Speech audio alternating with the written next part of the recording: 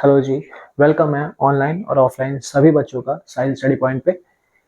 अच्छा, मैं पहले बता दूं, अगर सिर्फ लेसन देखने के लिए आए हो, टॉपिक देखने के लिए आए हो तो सीधा 10 मिनट फॉरवर्ड कर दो, क्योंकि थोड़ी सी हम बात करने वाले हैं 10 मिनट कि हम किस तरीके से प्रिपरेशन करने वाले हैं। और अगर रुक रहे हो तो सुन लो कि अगर आप यहाँ पे समझते हो, यहाँ पे पढ़ते हो, यहाँ पे लेसन देखते हो, तो आपको एक चीज का फायदा होने वाला है। वो क्या? कि आपसे एक चीज हो जाएगी बिल्कुल दूर, खत्म। वो है टेंशन।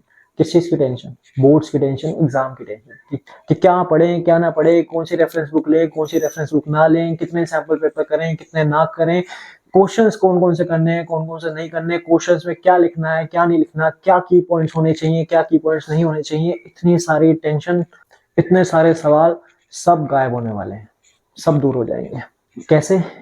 तो ऐसे कि यहाँ पे जो मैं आपको बताने वाला हूँ वो है पूरा फिल्टर्ड मटेरियल। फिल्टर मतलब जितनी भी रेफरेंस बुक है, जैसे कि मेन पे एनसीईआरटी होगी, तो एनसीईआरटी के अलावा A book, B book, C book, जितनी भी रेफरेंस बुक है उन सब का मटेरियल इकट्ठा करके मैंने कर दिया उसको फिल्टर। अब फिल्टर करने के बाद जो आपके पास मेन चीज आई है, इतना सा जो माल मटेरियल आया है, वही हम बस पढ़ने वाले हैं। जो मेन है, इंपॉर्टेंट है, किसके हिसाब से? बोर्ड के हिसाब से, एग्जाम के हिसाब से। ना उससे कम ना उससे ज्यादा। उससे कम तो बिल्कुल भी नहीं करना, एक पॉइंट भी उससे कम नहीं होना चाहिए, क्योंकि ऑलरेडी फिल्टर्ड है। हाँ, ज्यादा कितना भी कर सकते हो, आपके पास टाइम है, बिल्कुल ज्यादा करो, कोई हानिकारक नहीं है, कर सकते हो जितना मर्जी ज्यादा करो। अगर टाइम है, सिलेबस आप कर चुके हो। लेकिन अगर नहीं किया हुआ, टाइम कम है, टाइम तो कम ही है वैसे, अक्टूबर है, हो गया अक्टूबर, नवंबर, दिसंबर, जनवरी, 4 महीने रह गए।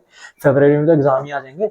तो 4 महीने में आप चाहते हो कि अच्छी प्रिपरेशन आपके पास हो जाए, सारी चीजें कवर हो जाए, आपका स्कोर भी इंप्रूव हो जाए, तो ये जितना भी फिल्टर मटेरियल है सारा आपको अच्छे से करना है, छोड़ना कुछ भी नहीं है। हाँ, इस चीज की गारंटी है कि इस चीज के बाद कोई भी रेफरेंस बुक की जरूरत नहीं पड़ेगी, कोई extra notes, extra text book किसी की जरूरत नहीं पड़ेगी, सब कुछ यहाँ पे मिलेगा। और यहाँ पे जो मिलेगा उसका करना क्या है? जो भी मैं लेसन यहाँ पे बताऊंगा, साथ के साथ हर एक टॉपिक के बाद उसका लेते चलना स्क्रीनशॉट। स्क्रीनशॉट लो, क्रॉप करो, पीडीएफ बनाओ, यहीं से आपके नोट्स तैयार हैं, कुछ एक्स्ट्रा करना ही नहीं है। टेंशन ही खत्म सारी, कौन सी बुक पढ़नी है कौन सी नहीं पढ़नी। क्वेश्चन आंसर्स भी डिस्कस होंगे। कहीं सोचो कि यार चलो टॉपिक तो समझ आ जाएगा, फिर क्वेश्चन आंसर्स कैसे करें? तो हर चैप्टर के एंड में पूरी एक डेडिकेटेड क्लास रहेगी सिर्फ और सिर्फ क्वेश्चन आंसर्स के लिए। प्रीवियस ईयर के भी डिस्कस करेंगे, एग्जाम्पलर के भी करेंगे, एनसीईआरटी के भी करेंगे, और जो मोस्ट कॉमन क्वेश्चन जो आ सकते हैं वो भी सारे डिस्कस करेंगे विद सॉल्यूशंस। सारे से मतलब ये, सारे करने बैठे तो 500-700 क्वेश्चन भी कम है, ठीक है। सारे से मतलब जो मेजोरिटी में इंपॉर्टेंट क्वेश्चन हैं आपके, ठीक है, क्योंकि लगभग 50-60% क्वेश्चंस जो बाकी सारे टेक्स्ट बुक में होते हैं ना, वो रिपीटेड ही होते हैं, बस दूसरी तरह से घुमा के पूछ लेते हैं। जो नए नए टाइप के क्वेश्चंस हैं वो सारे के सारे हम यहाँ पे प्रैक्टिस करेंगे, क्लास में ही होंगे। आपके पास लेसन आ जाएगा, वीडियो आ जाएगी, आप देखिए, समझिए, रिवाइज कीजिए, पढ़िए। अब ऑफलाइन वाले बच्चे तो जानते हैं और ऑनलाइन पुराने बच्चे भी जानते हैं, लेकिन जो ऑनलाइन पहली बार देख रहे हैं उनको मैं बता दूं कि यहाँ पे करने का तरीका कैसा रहेगा। अगर यहाँ पे कर रहे हो तो यहाँ पे तो चैप्टर मिलेगा आपको फिल्टर ही। क्यों मिलेगा फिल्टर? क्योंकि भाई एंड टाइम आ गया है, ठीक है ना। और सिर्फ साइंस सब्जेक्ट तो आपके पास है नहीं, इसके अलावा आपके पास मैथ्स भी है, इंग्लिश भी है, हिंदी भी है, और सबसे खतरनाक आपके लिए एसएसटी भी है, जिसमें लर्निंग करना होता है। बहुत सारा लर्निंग वर्क होता है, आपको समझने का होता है लेकिन कम होता है, लर्निंग वर्क ज्यादा होता है, बड़े बड़े आंसर्स आपको याद करने पड़ते हैं। तो उन सब के लिए भी तो टाइम चाहिए, नहीं चाहिए?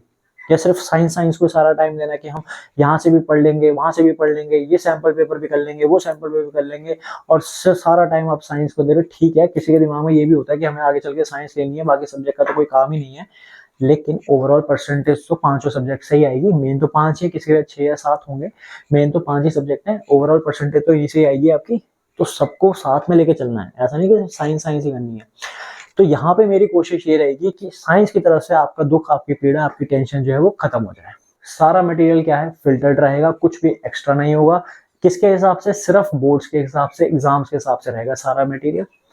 लेकिन इससे कम मत करना बिल्कुल भी, तो बिल्कुल दिक्कत हो जाएगी। इससे कम मत करना, क्योंकि ऑलरेडी फिल्टर्ड है यार, इससे कम में तो बात नहीं बन पाएगी। हाँ, इससे ज्यादा कर लो, टाइम है, बिल्कुल ज्यादा करो, कोई दिक्कत की बात नहीं है, लेकिन कम मत करना। और इतना भी कर लोगे, जितना है यहाँ पे, जितना मैं कराऊंगा, इतना भी कर लोगे तो ये भी मोर देन सफिशिएंट है। अब आप पूछोगे सर ये सब कर लेंगे तो हम पास हो जाएंगे, गारंटी है, मार्क्स आ जाएंगे, 90% आ जाएंगे, 95% आ जाएंगे? तो भाई देखो, ऐसा गारंटी किसी चीज की नहीं है। गारंटी मैं इस चीज की दे सकता हूँ, मैं अपने मटेरियल की गारंटी दे रहा हूँ कि मैं जो यहाँ पे कराऊंगा, मैं जो यहाँ पे पढ़ाऊंगा, उसके अलावा कुछ भी एक्स्ट्रा नहीं करना पड़ेगा, इससे बाहर कुछ आएगा नहीं, इससे कम कुछ करना नहीं, इसके बाहर कुछ आएगा नहीं। इस चीज की तो मैं गारंटी दे सकता हूँ, लेकिन तुम्हारे मार्क्स की गारंटी वो तुम्हारे पास है। क्योंकि मार्क्स आना सिर्फ मेरे हाथ में नहीं है, 50 और 50 टीचर और स्टूडेंट दोनों के हाथ में होता है कि 50% अगर टीचर मेहनत कर रहा है तो 50% स्टूडेंट को मेहनत करनी है, तो जाके वो पूरा 100% होता है, तो रिजल्ट आता है अच्छा बढ़िया वाला। तो इस तरीके से 50% मेहनत मैं करूंगा, 50% आप करोगे, दोनों मिलके करेंगे और रिजल्ट आपका आएगा ही आएगा। अब देखो यहाँ भी बात मत पकड़ लेना, कहोगे सर आएगा ही आएगा, आपने कहा था तो हमारा तो रिजल्ट आया नहीं, हम तो सिर्फ वीडियो देख के गए थे। तो बेटा वीडियो देख के तो सिर्फ मार्क्स मिलेंगे नहीं, प्रैक्टिस जरूरी है, प्रैक्टिस करनी होती है। अंडरलाइन बोल्ड इटैलिक्स में समझ लो, प्रैक्टिस के बिना मार्क्स नहीं आ पाएंगे, क्योंकि सिर्फ समझना काफी नहीं है। ओरल टेस्ट तो है नहीं कि बोलेंगे हाँ जी बताओ क्या समझ आया क्या देखा था, और आप बता दोगे, हिंदी में बता दोगे, चलो इंग्लिश में भी बता दिए। रिटर्न में करना है ना, तो सिर्फ समझना काफी नहीं है, समझने के बाद वो चीज आप कैसे प्रोसेस कर रहे हो और उसको कैसे आंसर्स के फॉर्म में लिख सकते हो, वो चीज ज्यादा जरूरी है। और उसकी भी प्रैक्टिस करेंगे कि हर एक क्वेश्चन का क्या क्या आंसर होना चाहिए, क्या क्या की पॉइंट्स उसके अंदर होने चाहिए, वो सारी चीजें आपको इंक्लूडेड मिलेंगी वीडियोस के अंदर, लेसन के अंदर। हर एक लेसन के एक्सप्लेनेशन के बाद वो वीडियो आएगी क्वेश्चन आंसर्स की, जिसमें सारी चीजें की पॉइंट्स वगैरह सब कुछ करूंगा। कोशिश ये भी रहेगी कि साथ के साथ अगर मैं टॉपिक कोई करा रहा हूँ तो उसके अंदर भी मैं बताता चलूं कि हाँ इसका अगर इससे रिलेटेड कोई आंसर आ जाता है तो ये इसके की पॉइंट्स है, ये इसके अंदर होने चाहिए। बाकी तो लैंग्वेज अपने आप थोड़ी बहुत आप फॉर्म कर लेना। मान लो कोई एक टॉपिक जो है कोई रह गया छोटा सा, वैसे तो कोई रहा नहीं है, ठीक है, अगर मान लो फिर भी कोई टॉपिक रह गया कि हाँ भाई बाद में ध्यान आया कि अच्छा ये चीज में मिस हो गई है, तो जब क्वेश्चन आंसर्स वाली हम लेसन करेंगे, क्वेश्चन आंसर्स वाली जब हम क्लास करेंगे तो उसके अंदर वो क्वेश्चन आंसर्स के फॉर्म में ही कवर हो जाएगा। क्योंकि कुछ टॉपिक ऐसे भी होते हैं जो समझाने से बेटर ये रहता है कि उनको क्वेश्चन आंसर्स की फॉर्म में ही करें, तो ज्यादा अच्छा आउटपुट आता है। तो वो एक आधी चीज उसमें हो जाएगा, लेकिन होगा सब कवर, इस चीज की गारंटी है, छूटेगा कुछ नहीं। तो टेंशन तो लेनी ही नहीं है। करें फिर स्टार्ट चैप्टर को। तो आज जो हम चैप्टर करने वाले हैं वो है हमारा कंट्रोल एंड कोऑर्डिनेशन, बायोलॉजी का एक इंपॉर्टेंट चैप्टर है। इसकी जो वेटेज है जनरली 3 to 5 मार्क्स या 3 to 6 मार्क्स के बीच में रहती है। टॉपिक अच्छा है, चैप्टर अच्छा है, स्टडीज से ज्यादा ये आपका प्रैक्टिकल चैप्टर है। बायोलॉजी के 10th क्लास में जितने भी चैप्टर हैं वो सारे आपके प्रैक्टिकल लाइफ यानी डेली लाइफ के अंदर आपके यूज होने वाले हैं। यानी अगर मान लो पेपर में नहीं भी, पेपर के हिसाब से नहीं भी पढ़ता, कोई ये सोचता है कि मैं तो इस हिसाब से पढ़ता हूँ कि मुझे ये तो पता चले कि डेली लाइफ में कहाँ काम आ रही है वो चीजें, तो हाँ बायो के ये सारे जो चैप्टर्स हैं ये आपके डेली लाइफ में काम आने वाले हैं। जैसे हम पढ़ने वाले हैं कंट्रोल एंड कोऑर्डिनेशन के बारे में, कि आपकी बॉडी कैसे चीजों को खुद को कंट्रोल कर रही है, चीजों को कंट्रोल कर रही है, किस तरीके से, किस कोऑर्डिनेशन में आपकी सारी चीजें हो रही हैं। इवन की जो मैं बोल रहा हूँ आप लोग सुन रहे हो, मैं देख रहा हूँ, साथ के साथ जो मेरे जेस्चर्स चल रहे हैं, मैं यहाँ पे खड़ा हूँ, ये सारा भी कंट्रोल एंड कोऑर्डिनेटेड मूवमेंट है। तो किस तरीके से सारा हो रहा है ये हम क्या करेंगे चैप्टर में देखेंगे डिटेल में। तो अब अपने माइंड को करो पूरी तरीके से यहाँ पे फोकस और स्टार्ट करते हैं। Do it, make it. तो चैप्टर का नाम है कंट्रोल एंड कोऑर्डिनेशन। पहले इसको डिस्कस कर लेते हैं, इसका मतलब क्या है। ये भी ना एक लाइफ प्रोसेस का पार्ट है। लाइफ प्रोसेस पढ़ा था ना चैप्टर, उसमें क्या था, आपके 4 प्रोसेस आपने पढ़े, न्यूट्रिशन पढ़ा, एक्सक्रीशन पढ़ा, रेस्पिरेशन पढ़ा, ट्रांसपोर्टेशन पढ़ा। वो सारे प्रोसेस जो लाइफ को चलाए रखने के लिए जरूरी होते हैं। सिमिलरली कंट्रोल एंड कोऑर्डिनेशन भी जरूरी है लाइफ को चलाए रखने के लिए। कैसे भाई, इसके बिना सर्वाइवल ही पॉसिबल नहीं है, कुछ भी पॉसिबल नहीं है कंट्रोल एंड कोऑर्डिनेशन के बिना। इवन की जो आपकी बॉडी के अंदर वो सारे जो 4 लाइफ प्रोसेस हो रहे हैं वो भी इसी वजह से हो रहे हैं, क्योंकि बॉडी के अंदर पूरा कंट्रोल एंड कोऑर्डिनेशन से काम चल रहा है। कैसे, एग्जांपल लेते हैं, पहले कंट्रोल की बात करते हैं। कंट्रोल का मतलब क्या हो गया, यानी वो एक्शंस, वो चीजें बॉडी के अंदर या बॉडी के बाहर जिन पे आपका नियंत्रण है, जिन पे आपका काबू है। जैसे फॉर इंस्टेंस अगर मुझे लिखना है ए, तो अब ये लिखने वाला एक्शन देखना पूरा पूरा क्या है। हम नॉर्मल डेली लाइफ में कितने ऐसी चीजें कर जाते हैं हमें पता भी नहीं होता कि हमारे कंट्रोल में है, लेकिन वो होती हैं। जैसे अब स्लो मोशन में थोड़ा इमेजिन करो, अगर मुझे लिखना है ए तो पहले मेरा दिमाग प्रोसेस करेगा ए लेटर आपको बनाना है, हाथ आपका यहाँ से रेज हो रहा है, ग्रिप आपने इसकी बना रखी है और यहाँ पे आप क्या लिख रहे हो ए, तो ये कंट्रोल मूवमेंट थी पूरी की पूरी। अगर मेरे को लिखना है बी तो बी मेरा दिमाग प्रोसेस कर रहा है, हाथ मेरा फिर अगेन रेज कर रहा है, ग्रिप मेरी बनी हुई है और मैं इसी तरीके से क्या बना रहा हूँ, बी बना रहा हूँ। तो ये क्या थी, पूरी कंट्रोल मूवमेंट थी। अगर कंट्रोल ना हो तो क्या होगा, मान लो हम ये केस लेके चलते हैं कि आपकी बॉडी पे आपका कंट्रोल ही नहीं है, तो अब क्या होगा। मान लो मुझे लेटर लिखना है सी, तो सी के लिए मेरे दिमाग ने प्रोसेस किया कि भाई हाँ इसको सी लिखना है, हाथ के बाद मैसेज जाना चाहिए था, उसको रेज होना चाहिए था, ग्रिप बननी चाहिए थी, बोर्ड की तरफ जाना चाहिए था और सी की शेप देनी चाहिए थी। वो होती मेरी कंट्रोल मूवमेंट। लेकिन अब कंट्रोल नहीं है, सोच के देखो अब क्या होगा। मैं हाथ रेज करना चाह रहा हूँ लेकिन ये मना कर रहा है, तो अब मुझे जबरदस्ती अपने हाथ को ऊपर लेके जाना है, ग्रिप बननी चाहिए थी, ग्रिप बनाने से मना कर रहा है, तो भाई चलो किसी तरह हमने ग्रिप बना ली। अब उसके बाद सी लिखना है, ये लिखने ही नहीं दे रहा, मेरा हाथ लिखने ही नहीं दे रहा, क्योंकि ब्रेन प्रोसेस नहीं कर पा रहा, हाथ के साथ कोऑर्डिनेट भी नहीं कर पा रहा, उसको कंट्रोल नहीं कर पा रहा कि वो सी बनाए। तो क्या हो रहा है इस तरीके से। तो ऐसे डेली लाइफ में कितनी ही हमारी मूवमेंट्स होती हैं जो हम कंट्रोल करते हैं लेकिन हमें पता ही नहीं होता। ठीक है, एक और एग्जांपल लेते हैं चलो, जैसे अब एग्जांपल लेते हैं खाना खाने वाला। अब इसके अंदर क्या है, पहले कंट्रोल मूवमेंट देखो क्या हो रही है। सामने आपके थाली रखी हुई थी, आपने उसमें चपाती थी, आपने उसकी बाइट तोड़ी, यहाँ पे भी आपका हाथ कंट्रोल में, आपने उसकी बाइट तोड़ी, हाथ को माउथ तक लेकर आए, माउथ आपने ओपन किया और बाइट को आपने अंदर रखा, फिर टीथ ने उसको क्या किया, च्यू। टीथ भी क्या आपके कंट्रोल में ना, हर वक्त तो च्यू नहीं करते रहते, बाइट जैसे मुंह में गई तब आपने च्यू करना स्टार्ट किया। तो ये सारी थी आपकी कंट्रोल मूवमेंट। अब सोचो यहाँ पे अगर कंट्रोल नहीं हो रहा तो क्या होगा, कि आपका मन था खाने का पिज्जा और सामने क्या रखी है, घी की सब्जी, और लग रही है बहुत तेज भूख। तो ऐसा तो है नहीं, ब्रेन क्या है, नहीं भाई मेरी पसंद की चीज नहीं मिली तो ऐसा है, माउथ तो ओपन ही नहीं होगा, तुम जो मर्जी कर लो, है ना। कि आपने बाइट तोड़ी, पहली बात तो बाइट तोड़ने नहीं दे रहा, आपका हाथ ऐसे ऐसे हो रहा है। फिर किसी तरह चलो आपने बाइट तोड़ी, बाइट तोड़ने के बाद आपका हाथ वापस नहीं आ रहा, तो आप इसको पकड़ के माउथ तक लेकर आ रहे हो, ऐसा भी नहीं हो रहा। फिर माउथ तक भी ले आए, इतनी मशक्कत भी कर ली, पता चल रहा है कि आपका माउथ नहीं ओपन हो रहा, अंदर जा ही नहीं रहा, तो ऐसा भी नहीं है ना। फिर अंदर भी चला गया, वो चू नहीं कर रहा, टीथ से आप चू नहीं करवा पा रहे, तो ये सब नहीं होता। ये सारी चीजें हमारे कंट्रोल में, हम इन सारे एक्शंस को क्या कर रहे हैं, कंट्रोल कर रहे हैं, लेकिन रेगुलर बेसिस पे इतने कॉमन एक्शंस हैं कि आप सोचते ही नहीं हो कि ये सारी चीजें आप कंट्रोल हो रही हैं। और ये सोचो अगर कि ये कंट्रोल ना हो, आपके कंट्रोल में ये सारी चीजें ना हो तो क्या होगा, आप सर्वाइव कर पाओगे। कि भूख तो है लेकिन माउथ आपका ओपन नहीं हो रहा, माउथ अगर ओपन हो रहा है तो च्यू नहीं कर पा रहा, तो जो खाना ब्रेक डाउन होगा नहीं माउथ के अंदर, छोटे पीसेस में जाएगा, होगा नहीं, तो अंदर स्वेलो सही से नहीं हो पाएगा। तो सोचो ये सारे कंट्रोल मूवमेंट ना हो तो आपके सर्वाइव होना क्या पॉसिबल है। और यहाँ पे साथ के साथ कोऑर्डिनेशन भी हो रहा है। कोऑर्डिनेशन का मतलब क्या है, कोऑर्डिनेशन का मतलब जब सारी चीजें सिमेट्री में, सारी चीजें सिस्टमेटिकली एक साथ काम कर रही हैं। अब यहाँ एक साथ चीजें क्या काम कर रही हैं, पहले तो माउथ तक बाइट लेके आया, माउथ ओपन हुआ, फिर अंदर चला गया, अब टीथ यहाँ पे उसको च्यू कर रहा है, टंग उसमें सलाइवा मिक्स कर रहा है, सलाइवा के अंदर सलाइवरी अमाइलेस उसके स्टार्च को ब्रेक डाउन कर रहा है, और इसोफेगस से आपका पेरिस्टाल्सिस से जो खाना है वो नीचे जा रहा है। फिर स्टमक में डाइजेशन हो रही है, स्मॉल इंटेस्टाइन, लार्ज इंटेस्टाइन, सारी चीजें एक साथ काम कर रही हैं उस खाने को डाइजेस्ट करके, बॉडी में एब्जॉर्ब करके, सर्कुलेट कराने में। तो भाई ये सारी चीजें क्या है, कोऑर्डिनेटेड मूवमेंट है इन सारी की सारी। तो अगर कंट्रोल एंड कोऑर्डिनेशन ना हो तो सर्वाइवल पॉसिबल ही नहीं है। और यहीं से हमारा पहला क्वेश्चन आता है, why there is a need for control and coordination. समझे। अब आपकी बुक्स में एग्जांपल है डियर और लायन का, तो एक बार उसको समझ लेते हैं। पहले वो केस लेते हैं जब आपकी बॉडी, दोनों की बॉडी क्या कर रही है, कंट्रोल एंड कोऑर्डिनेशन में काम कर रही है। जैसे कि यहाँ पे अगर आपका लायन है, तो लायन ने डियर को देखा, वो एकदम से बैठ गया चुपके से, तो यहाँ पे उसकी पूरी बॉडी कंट्रोल एंड कोऑर्डिनेटेड है, बिल्कुल चुपचाप बैठी हुई है, उसके कंट्रोल में है कि अभी शोर नहीं करना, भागना नहीं है। ठीक है, आइस उसके कोऑर्डिनेशन में है कि हाँ शिकार को देख रही है, जैसे सही मूवमेंट मिले उसको भागना है। ठीक है, जैसे उसको सही मूवमेंट मिली, उसके चारों पैर, आंखें, टेल वगैरह, पूरी बॉडी उसकी कोऑर्डिनेशन के अंदर है कि वो भाग रहा है और भाग के सीधा उस पर झपटा मारना है। ठीक है, अब यहाँ डियर के पर्सपेक्टिव देखते हैं। डियर यहाँ ग्रास खा रहा है, ठीक है, आराम से खा रहा है, तो उसकी कंट्रोल मूवमेंट है यहाँ पे कि उसका पेट में भूख थी तो उसको ग्रास खानी थी, और उसने पीछे देखा लायन आ रहा है, तो लायन आ रहा है, एकदम से उसने ग्रास को छोड़ दिया और वो भागना स्टार्ट कर दिया। अब दोनों एक दूसरे के पीछे भाग रहे हैं। तो जान बचाने के लिए डियर बहुत तेज भागेगा, लायन उसके पीछे भागेगा, कोई ना कोई एक सरवाइव कर जाएगा। या तो लायन उसको खा जाएगा तो उसकी भूख मिट जाएगी, या डियर भाग जाएगा तो वो उसकी जान बच जाएगी। तो दोनों में से कोई भी क्या कर पा रहा है, सरवाइव कर पा रहा है इस कंट्रोल एंड कोऑर्डिनेटेड मूवमेंट की वजह से। अब मान लो कि यहाँ पे कंट्रोल कोऑर्डिनेशन उनका सही से काम नहीं कर रहा।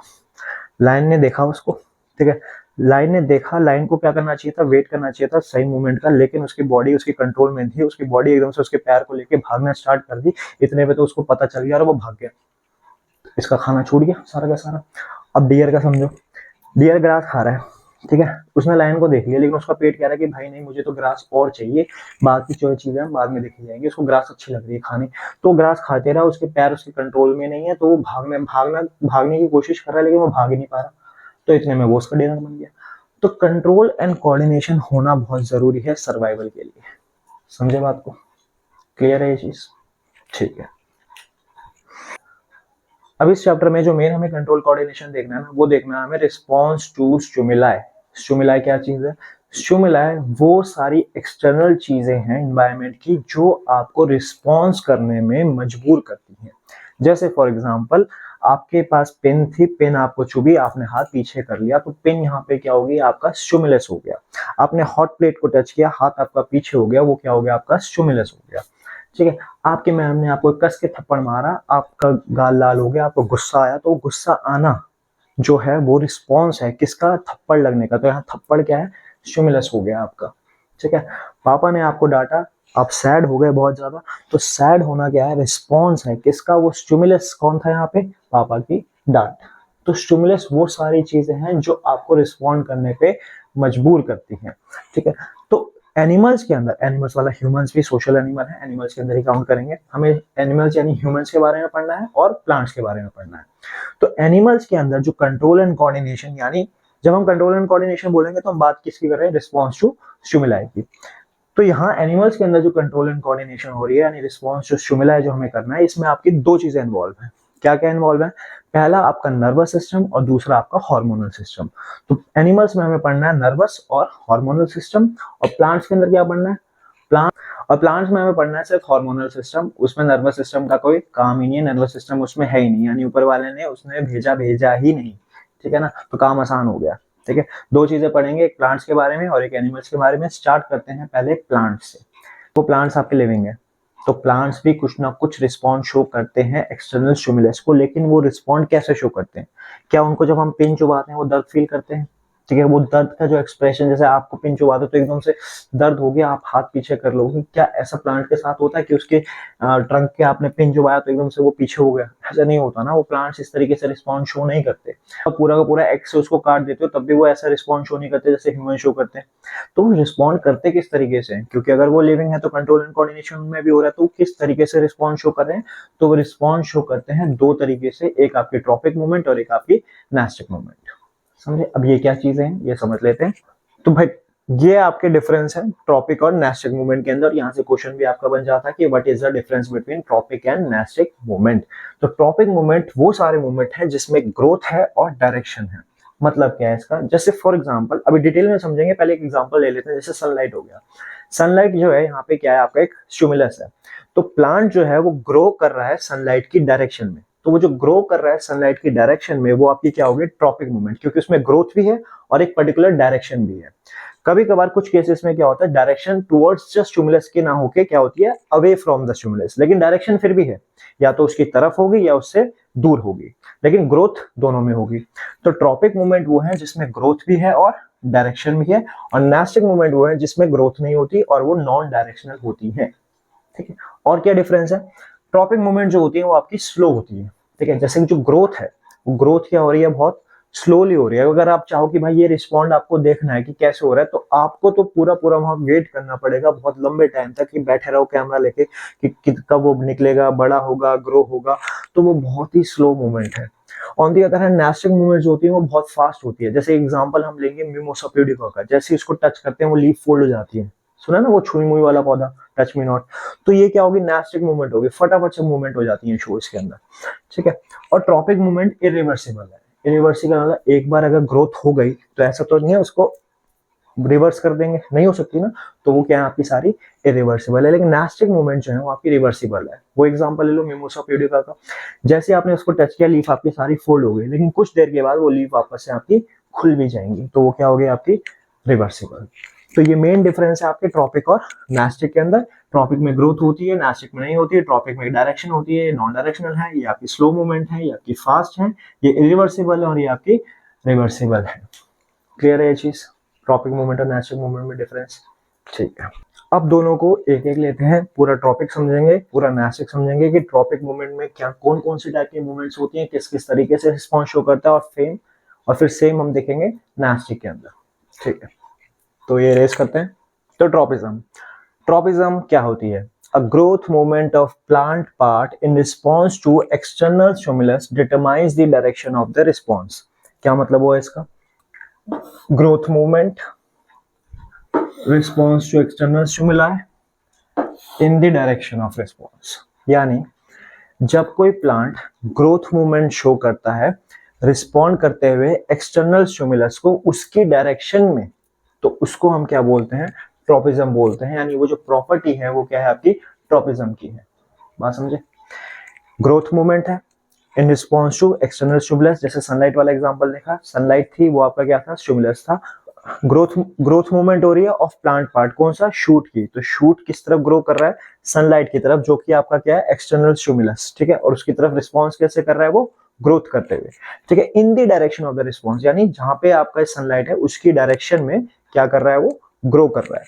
तो a growth movement of the plant part in response to external stimulus determines the direction of the response. अच्छा, स्टिमुलस और स्टिमुलाई में फर्क पता है ना, स्टिमुलाई मतलब प्लूरल, मतलब बहुत सारे उसमें एक्सटर्नल चीजें हैं जिसको वो रिस्पॉन्स करना, स्टिमुलस मतलब सिंगुलर, ठीक है ना, यानी हम स्टिमुलर एक ऐसी चीज की बात कर रहे हैं जिसके लिए वो रिस्पॉन्स शो करेगा।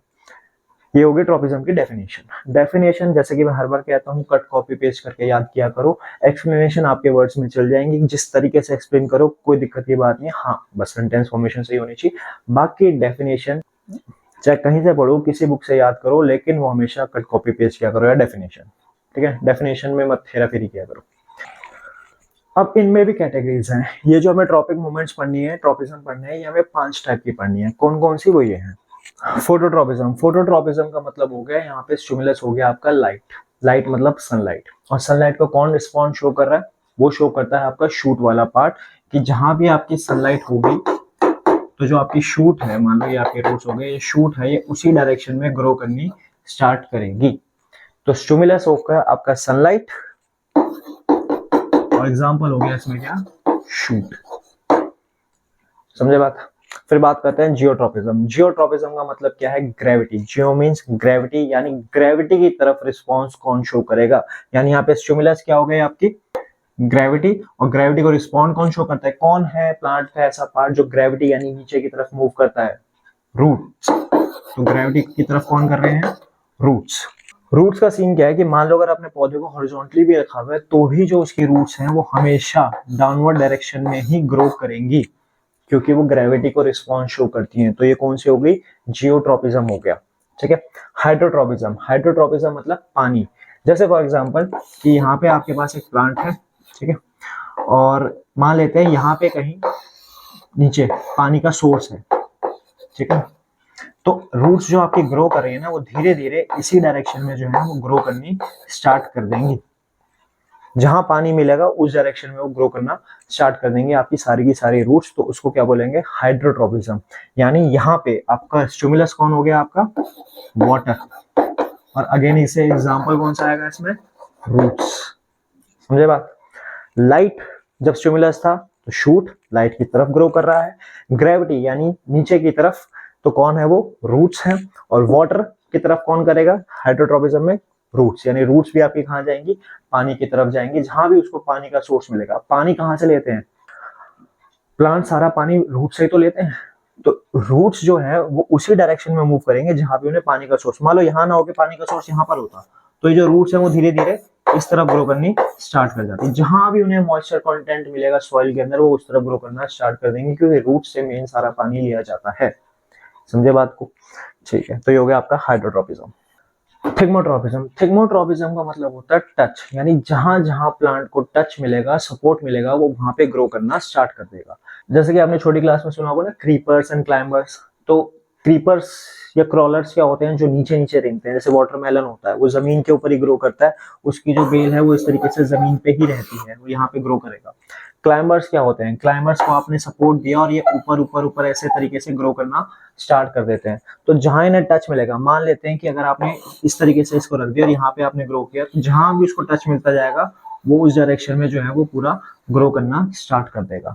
तो उसके एग्जांपल्स क्या हैं, जैसे बॉटल गार्ड यानी घिया हो गया, बिटर गार्ड यानी करेला हो गया, ग्रेप वाइन हो गई, मनी प्लांट हो गया, ये सारे क्या है आपके क्लाइंबर्स हैं, यानी ये जहां भी सपोर्ट मिलेगा वहां पे चढ़ना स्टार्ट कर देंगे।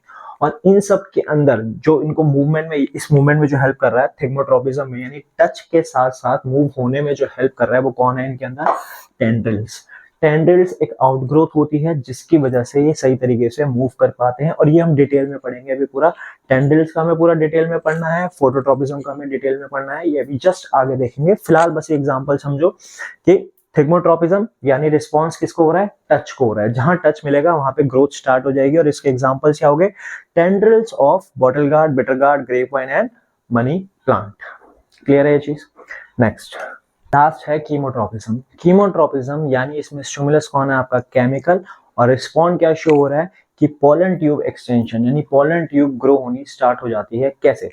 जैसे कि आपने फर्टिलाइजेशन प्लांट्स में आपने पढ़ा होगा कि ये आपका फीमेल पार्ट है और फीमेल पार्ट में ये होता है आपका क्या, स्टिग्मा, स्टाइल एंड ओव्यूल। और जैसे ही कोई पोलन आएगा स्टिग्मा के ऊपर तो क्या होता है, स्टिग्मा में से केमिकल रिलीज होता है। वो जो केमिकल होता है वो आपका किस में जाएगा, स्टाइल के अंदर जाएगा और इसको एक मैसेज मिलेगा कि भाई पोलन आ चुका है। तो जैसी पोलन आएगा वो क्या करता है, एक पोलन ट्यूब जो है वो एक्सटेंड करना स्टार्ट कर देता है। कहां तक, ओव्यूल तक। वो क्या करेगा, पोलन ट्यूब को एक्सटेंड करना स्टार्ट कर देगा ओव्यूल तक। तो ये पोलन ट्यूब पहले नहीं थी, ये पोलन ट्यूब कब आई, जैसी पोलन ग्रेन इसके ऊपर आया तभी जो पोलन ट्यूब है वो बननी स्टार्ट हुई और ओव्यूल तक गई। तो ये एक रास्ता बन जाता है पोलन का इसके अंदर से जाने का ओव्यूल तक, ताकि वो फर्टिलाइजेशन हो सके, वहां पे उस एग को क्या कर सके, वो फर्टिलाइज कर सके। तो ये जो रिस्पॉन्स शो हुआ, जो पोलन ट्यूब बनी, कब बनी, जब पोलन ग्रेन आया और केमिकल रिलीज किया किसने, स्टिग्मा ने, किसके अंदर, स्टाइल के अंदर। तो केमिकल की वजह से जो रिस्पॉन्स शो हुआ, पोलन ट्यूब की एक्सटेंशन हुई, इसको हम क्या बोलेंगे, कीमोट्रोपिज्म। इसमें ये एग्जांपल ध्यान रखना है बस, कीमोट्रोपिज्म वो क्या, extension of pollen tube. Clear है। तो ये 5 ट्रोपिज्म आपको पढ़ने हैं, फोटोट्रोपिज्म, जियोट्रोपिज्म, हाइड्रोट्रोपिज्म, थिग्मोट्रोपिज्म और कीमोट्रोपिज्म। फोटोट्रोपिज्म के अंदर स्टिमुलस आपका है लाइट, जिसका एग्जांपल हो गया आपका शूट। जियोट्रोपिज्म के अंदर आपका स्टिमुलस हो गया ग्रेविटी, यानी ग्रेविटी की तरफ रिस्पॉन्स शो करेगा। वो कौन शो कर रहा है, रूट। हाइड्रोट्रोपिज्म के अंदर स्टिमुलस कौन हो गया, वाटर, यानी वाटर के प्रति वो अपना रिस्पॉन्स शो करेगा। कौन है वो, रूट्स है। थिग्मो में हो गया टच, यानी जहां जहां टच मिलेगा प्लांट अपना रिस्पॉन्स शो करेगा। किस तरीके से, ग्रोथ के साथ। और ग्रोथ किससे हो रही है, टेंड्रिल्स। टेंड्रिल्स जो होते हैं इन क्लाइंबर्स के अंदर, वो सपोर्ट के साथ साथ ग्रो करना स्टार्ट कर देंगे। और कीमोट्रोपिज्म में आपका केमिकल, केमिकल में कौन सा एग्जांपल है, पोलन ट्यूब एक्सटेंशन। तो ये है आपकी पूरी की पूरी ट्रॉपिक मूवमेंट, बस इतना ही है। इसके अलावा इसमें कुछ एक्स्ट्रा डिटेल में नहीं करना, सिर्फ क्या क्या टाइप की ट्रॉपिक मूवमेंट्स हैं, क्या स्टिमुलस हैं, क्या एग्जांपल हैं और इनकी डेफिनेशंस, बस। इसके अलावा और कुछ नहीं है ट्रॉपिक मूवमेंट के अंदर। अब जो हमने 5 ट्रॉपिक मूवमेंट पढ़ी है, इनके अलावा एक छोटी सी चीज और है, वो ये है कि ट्रॉपिज्म जो है वो आपके 2 टाइप के और है। एक है आपका पॉजिटिव और एक है आपकी नेगेटिव। पॉजिटिव और नेगेटिव। पॉजिटिव ट्रॉपिज्म का मतलब है जो आपका रिस्पॉन्स शो होगा, यानी जो मूवमेंट शो होगी वो towards the direction of the stimulus होगी। जैसे कि ये सारे हमने जो देखे हैं पॉजिटिव ट्रॉपिज्म है। सनलाइट जहां पे थी वहां पे आपका शूट ग्रो होना स्टार्ट हुआ। ग्रेविटी जहां पे थी, ग्रेविटी नीचे की तरफ है तो रूट भी नीचे की तरफ जा रही है। हाइड्रोट्रॉपिज्म में हमने लिखा था वाटर का सोर्स इधर है, तो जो रूट्स हैं वो भी कहां, वाटर की तरफ मूव कर रही हैं। थिग्मोट्रॉपिज्म में जहां जहां उसको टच मिला वहां वहां पे ये ग्रो करना स्टार्ट कर दिया, उसी डायरेक्शन में जिस डायरेक्शन में टच मिला है। कीमोट्रॉपिज्म भी आपकी पॉजिटिव थी, उसमें केमिकल कहां रिलीज हुआ था, आपका स्टाइल के अंदर, इसलिए स्टिग्मा से स्टाइल की तरफ आपकी क्या हुई थी, पोलन ट्यूब एक्सटेंड हुई थी। तो ये सारे जो हमने देखे क्या थे, पॉजिटिव ट्रॉपिज्म, यानी towards the direction of the stimulus. अब एक नेगेटिव ट्रॉपिज्म होता है जिसमें डायरेक्शन अवे होगी, यानी जो ग्रोथ शो हो रही है वो अवे। और ये है एक ही सिक्के के 2 पहलू। जैसे फॉर एग्जांपल अगर आप बात करते हो फोटोट्रॉपिज्म की, अगर आपसे पूछेंगे कि भाई पॉजिटिव फोटोट्रॉपिज्म का एग्जांपल क्या है, तो शूट हो गया कि भाई सनलाइट यहाँ पे है, शूट यहाँ पे ग्रो कर रही है, पॉजिटिव हो गया। नेगेटिव अगर पूछते हैं कि negative phototropism part of the plant कौन सा शो करता है, तो वो कौन सा है, रूट्स। क्योंकि रूट्स क्या कर रही हैं, अवे फ्रॉम द सनलाइट है। शूट तो ऊपर की तरफ जा रहा है और रूट्स कहां जा रही है, नीचे की तरफ जा रही है। तो रूट्स का क्या हो गया, नेगेटिव फोटोट्रॉपिज्म। ऐसे अगर जियोट्रॉपिज्म की बात करो तो जियोट्रॉपिज्म यानी डाउनवर्ड ग्रोथ हो रही है। तो पॉजिटिव में एग्जांपल हो गया रूट्स, कि रूट्स ग्रेविटी नीचे की तरफ है, रूट्स भी नीचे की तरफ जा रही हैं। लेकिन इसका नेगेटिव जियोट्रॉपिज्म का कौन सा हो गया एग्जांपल, शूट। क्योंकि शूट कहां जा रही है, ऊपर की तरफ, रूट्स नीचे की तरफ है, ग्रेविटी की तरफ, तो पॉजिटिव हो गया। Shoots against the direction of the gravity है, तो वो क्या हो गया, नेगेटिव जियोट्रॉपिज्म हो गया। तो बस नेगेटिव का भाई ध्यान रखना है, किसका, इनका ही ध्यान रखना है, फोटो और जियो का। इसी में से आता है जनरली, और ये भी बहुत ही कम है पूछने वाले क्वेश्चन, लेकिन बस ध्यान रख लेना। नेगेटिव का मतलब क्या हो गया, स्टिमुलस से अपोजिट डायरेक्शन में जा रहा है, यानी स्टिमुलस की तरफ नहीं जा रहा। तो फोटोट्रॉपिज्म में पॉजिटिव में हो गया शूट, यानी जहां सनलाइट है वहां पे ग्रो हो रही है शूट, उसकी डायरेक्शन में। और अवे फ्रॉम द सनलाइट कौन है, रूट। सिमिलरली जियोट्रॉपिज्म का पॉजिटिव का एग्जांपल हो गया रूट्स, ग्रेविटी नीचे की तरफ, तो रूट्स भी नीचे की तरफ आ रही है, लेकिन जो शूट है वो ग्रेविटी के अगेंस्ट जा रही है, वो हो गया नेगेटिव फोटोट्रॉपिज्म का एग्जांपल। क्लियर है। तो ट्रॉपिज्म में बस इतना ही है, डेफिनेशन ट्रॉपिज्म की, टाइप्स ऑफ ट्रॉपिज्म और पॉजिटिव और नेगेटिव, क्या स्टिमुलस है, क्या एग्जांपल है, बस। इसके अलावा ट्रॉपिज्म में कुछ नहीं पढ़ना, कंप्लीट पैकेज है ये पूरा। क्लियर है ये चीज। कोई दिक्कत। अब इसके बाद हमें देखने नेस्टिक मूवमेंट्स। नेस्टिक मूवमेंट्स वो भी काफी टाइप की हैं, लेकिन हमें सिर्फ दो ही करनी है। कौन कौन सी? थिग्मोनेस्टी और फोटोनेस्टी, बस इतना ही, काम खत्म। तो नेस्टिक मूवमेंट्स क्या थी? नेस्टिक मूवमेंट्स वो थी जिसमें कोई भी डायरेक्शन या फिर ग्रोथ नहीं होती है, फटाफट से मूवमेंट हो जाती हैं और ये रिवर्सिबल भी होती हैं। इसमें आपको सिर्फ दो ही पढ़ने हैं, इसमें भी बहुत सारी, लेकिन आपको जो 10th क्लास के हिसाब से पढ़नी है वो सिर्फ दो पढ़नी है। कौन कौन सी? फोटोनेस्टिक और थिग्मोनेस्टी। फोटो मींस लाइट, यानी लाइट को जो रिस्पॉन्स शो करेगा। स्टिमुलस क्या रहेगा इसमें? लाइट। और इसमें क्या रहेगा स्टिमुलस? आपका टच। कैसे? जैसे फोटोनेस्टी में एग्जांपल हम लेते हैं डैंडेलियन फ्लावर का। तो डैंडेलियन क्या है? दिन के टाइम में जब सनलाइट होगी, यानी स्टिमुलस कौन होगा? सन होगा, सन की लाइट होगी, तो डैंडेलियन फ्लावर आपका खिल जाएगा। सिमिलरली जो मून फ्लावर है, नाम से ही क्लियर है कि रात को जब मून होगा तो ये आपका खिल जाएगा और दिन में बंद हो जाएगा। अब इन दोनों केस के अंदर क्या कोई डायरेक्शन थी या कोई ग्रोथ हुई? ना ही कोई ग्रोथ वाली मूवमेंट थी, ना ही कोई डायरेक्शन वाली मूवमेंट थी, इसलिए कौन सी मूवमेंट है? नेस्टिक मूवमेंट्स हैं ये, ठीक है। और लेकिन लाइट के रिस्पॉन्स में थी, इसलिए क्या है? ये फोटोनेस्टिक है। सिमिलरली थिग्मोनेस्टिक की अगर हम बात करते हैं तो थिग्मो का मतलब क्या है? टच। एके ऑल्सो नोन एज सेस्मोनेस्टिक। दोनों का मतलब क्या है? टच को रिस्पॉन्स शो करेंगे। तो दोनों में स्टिमुलस क्या हो गया? टच। टच करते ही जो आपका एक प्लांट है mimosa pudica, aka touch me not या फिर छुई मुई, तीनों एक ही नाम है, लेकिन अगर पेपर में पूछेंगे थिग्मोनेस्टिक एग्जांपल तो ये देना है, मिमोसा प्यूडिका, साइंटिफिक नेम बताना है, ठीक है। हाँ, ना ध्यान रहे तो लिख देना टच मी नॉट, लेकिन ध्यान रखो कि मिमोसा प्यूडिका जो है वो नाम ध्यान रहे आपका। तो इसमें क्या है कि जैसे आप उसको टच करते हो, टच करते लीफ क्या हो जाती है? सारी फोल्ड हो जाती है। जैसे कि ये अभी लीफ ओपन थी, जैसे आपने इसको टच किया तो क्या हो गई? ये सारी की सारी ऐसे अंदर फोल्ड हो जाएंगी। तो ये क्या है? आपकी नेस्टिक है। अब ये जो फोल्ड होना है, ये भी इसमें ना ही डायरेक्शन थी ना ही कोई ग्रोथ थी, तो ये मूवमेंट भी कौन सी हो गई? आपकी नेस्टिक मूवमेंट। तो नेस्टिक में आपको दो ही ध्यान रखने हैं, बहुत सिंपल सा है, फोटोनेस्टिक और थिग्मोनेस्टिक। क्लियर है ये चीज? नेस्टिक मूवमेंट में जो डिटेल में समझना है वो है मिमोसा प्यूडिका, यानी जो टच मी नॉट प्लांट है उसमें ऐसा क्या होता है कि लीफ उसकी फोल्ड हो जाती है और फिर वापस से खुल जाती है।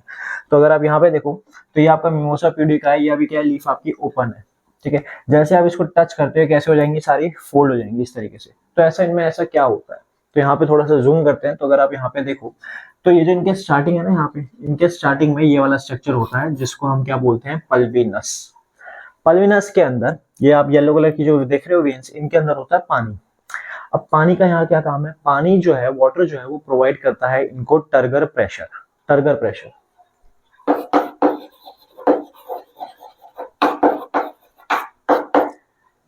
क्या चीज होती है? Turgor pressure. टर्गर प्रेशर होता है पानी का वो प्रेशर जो किसी कंटेनर की वॉल पे अप्लाई किया जाता है। जैसे अगर आप बैलून लेते हो, बैलून के अंदर आपने पानी डाला तो धीरे धीरे बैलून फूलने लग जाता है, यानी पानी क्या कर रहा है? उसकी वॉल्स पे प्रेशर लगा रहा है, जिसकी वजह से वो क्या कर रहा है? फूल रहा है। तो उस प्रेशर को क्या बोलते हैं? Turgor pressure. सिमिलरली ये वाला जो पार्ट है ये क्या है? पल्विनस। और पल्विनस के अंदर क्या है? पानी है। पानी की वजह से क्या क्रिएट होता है? टर्गर प्रेशर, जो कि उसकी वॉल्स पे लगा रहा है, तो उसको वो थोड़ा सपोर्ट देता है। सपोर्ट देने की वजह से ये क्या है? ये आपकी खुली हुई रहती है। लेकिन जैसे हम इसको टच करते हैं, टच करते ही जो रिस्पॉन्स होता है वो क्या है? सारा का सारा पानी में इसमें से क्या होता है? विड्रॉ हो जाता है और टर्गर प्रेशर आपका खत्म हो जाता है। तो जब टर्गर प्रेशर खत्म हो गया तो ये आपकी सिकुड़ गई।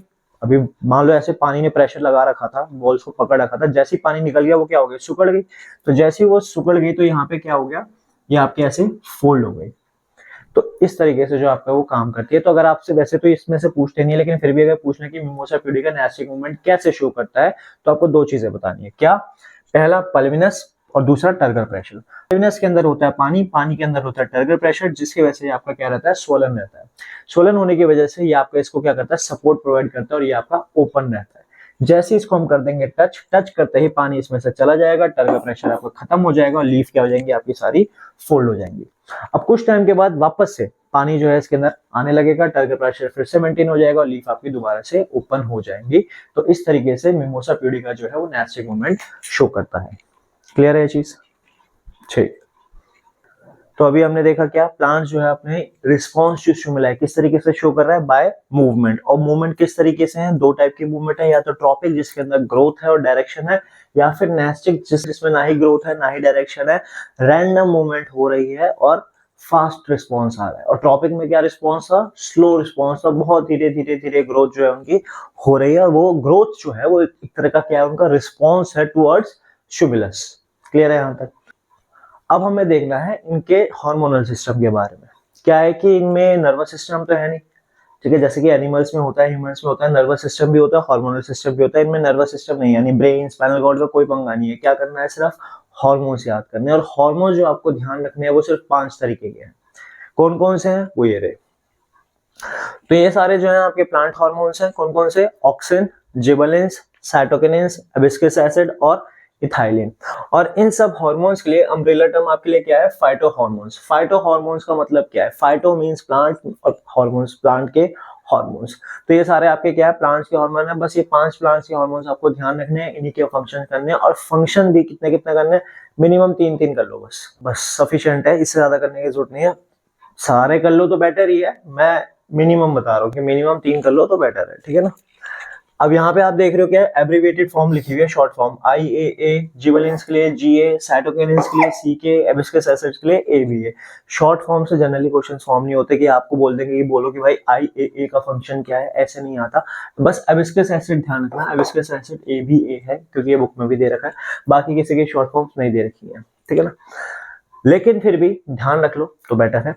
तो ऑक्सीजन के लिए क्या है, IAA, जिबरेलिन्स के लिए GA, साइटोकिनिन्स के लिए CK और हिबिस्कस के लिए ABA। और इथाइलिन का तो आपका फॉर्मूला है C2H4, और इथाइलिन तो पूरा कार्बन कंपाउंड में डिटेल में पढ़ना है, ठीक है ना। क्लियर है ये चीज यहाँ तक। तो ये सारे हार्मोन्स हो गए। अब इनके फंक्शंस देखते हैं। सबसे पहले बात करते हैं ऑक्सीजन की, क्योंकि ऑक्सीजन जो है वो सारे प्लांट हार्मोन्स के अंदर सबसे ज्यादा इंपॉर्टेंट है। क्योंकि प्लांट के अंदर जहां भी कोई ग्रोथ हो रही है, हर ग्रोथ के लिए जो मेन रिस्पॉन्सिबल है वो आपका कौन है, ऑक्सीजन है। तो ऑक्सीजन का फंक्शन देखते हैं पहले कि क्या है ऑक्सीजन का मेन फंक्शंस, ठीक है। तो ऑक्सीजन प्रमोट कर रहा है सेल डिफरेंशिएशन और सेल एनलार्जमेंट। सेल एनलार्जमेंट का मतलब क्या हो गया, सेल को ग्रो करने में वो हेल्प कर रहा है। और सेल डिफरेंशिएशन का क्या मतलब है, डिफरेंशिएशन 9th क्लास में आपने कॉन्सेप्ट में पढ़ा होगा, मेरिस्मेटिक टिश्यू था। मेरिस्मेटिक टिश्यू अंडरगो होता है डिफरेंशिएशन और वो चेंज हो जाता है किसके अंदर, परमानेंट टिश्यू के अंदर। तो डिफरेंशिएशन शॉर्ट में समझो, डिफरेंशिएशन एक प्रोसेस होता है जिसमें एक सेल इतनी बार डिवाइड होता है, रेपिटेडली कंटिन्यूअसली वो डिवाइड होता रहता है कि उसका जो इनिशियल फंक्शन और स्ट्रक्चर होता है और उसका जो फाइनल स्ट्रक्चर और फंक्शन होता है इंटायरली डिफरेंट हो जाता है। जैसे फॉर इंस्टेंस जब फर्टिलाइजेशन होती है, इवन की ह्यूमंस के अंदर जब फर्टिलाइजेशन होती है, तो फर्टिलाइजेशन होने के बाद सबसे पहले क्या फॉर्म होता है, जायगोट। तो जो जायगोट होता है शुरुआती तौर पे, यानी हमारी पूरी लाइफ साइकिल में सबसे पहले हम क्या थे, जायगोट थे। तो जायगोट भी शुरुआत में क्या था, यूनिसेलुलर था, क्योंकि मेल गैमेट फीमेल गैमेट आपस में फ्यूज हुआ, क्या बन गया, जायगोट। जायगोट क्या है, एक यूनिसेलुलर। लेकिन हम तो मल्टी सेलुलर है, तो हम यूनि से मल्टी कैसे बने, by the process of differentiation. यानी तो जायगोट से हम मल्टी सेलुलर कैसे बने, क्योंकि वो जो, तो जायगोट से हम मल्टी सेलुलर कैसे बने, तो जायगोट से हम मल्टी सेलुलर कैसे बने, कि वो जो आपका सेल था कंटिन्यूअसली डिवाइड होता रहा, इतना डिवाइड हो गया कि उसका इनिशियल फंक्शन और स्ट्रक्चर और जो फाइनल स्ट्रक्चर और फंक्शंस थे वो कंप्लीटली डिफरेंट होने लगे। वो सेल्स जो थे डिवाइड होने के बाद स्पेशलाइज होने लगे किसी अपने फंक्शन के अंदर। तो ये डिफरेंशिएशन, यानी इतनी बार डिवाइड हो जाओ कि उसका पता ही ना चले कि शुरुआत क्या था, एंड क्या था। एंड का उसका फंक्शन बिल्कुल डिफरेंट हो जाएगा, स्ट्रक्चर अलग हो जाएगा और इनिशियल से मैच ही नहीं खाएगा, उसको डिफरेंशिएशन बोलते हैं। तो उसमें भी कौन हेल्प कर रहा है, आपका ऑक्सीजन, ठीक है। तो डिफरेंशिएशन क्लियर हो गया, एनलार्जमेंट हो गया सेल की ग्रोथ में।